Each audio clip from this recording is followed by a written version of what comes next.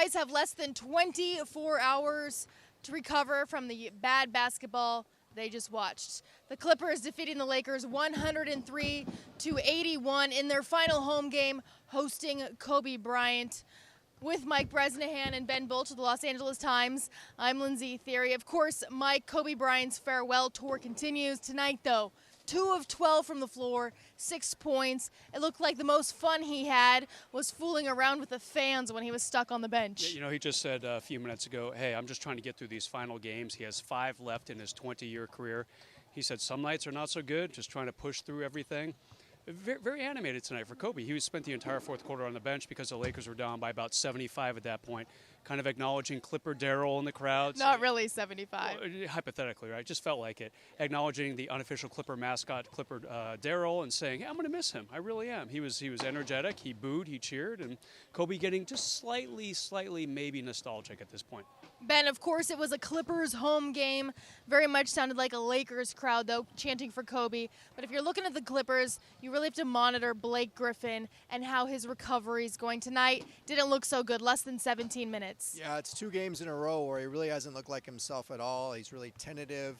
He doesn't seem to really want the ball. He's not shooting with the volume we're used to. He's not making his mid-range jumpers. Really not giving them the lift they're going to need. But he's still got 5 more games to figure that out before the playoffs, and they're going to need him to be a whole lot better if they're going to get past the second round. There's no doubt about it. Mike, as I mentioned, this was a tough game to watch. Obviously, the Lakers not having the season that they want to have. Even the young guys tonight, they struggle too, which is probably the most concerning. Yeah, it's not good. I mean, D'Angelo Russell, 4 for 17 from the field. Julius Randle, 0 for 6.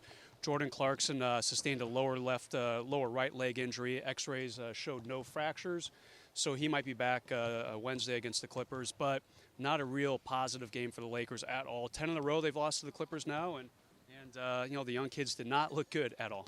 And as the Clippers, they try to approach the playoffs, is there a preference for these guys who they'll face? I would say they definitely want to face the Memphis Grizzlies just because, they're missing 2 of their top players in Mike Conley and Marc Gasol. And the Blazers, the other option, they have one of the best young backcourts in the NBA with Damian Lillard and C.J. McCollum. So I don't think there's any question that the Clippers want to face the Grizzlies. And they actually have a little bit of a say in it because they play the Grizzlies next week as part of a back-to-back, and they could easily rest, 2 or 3 of their starters and try to lose that game. I can't wait to see that starting 5 when they play that game. Austin Rivers at center, Blake Griffin at point guard. Yeah, that's going to be entertaining.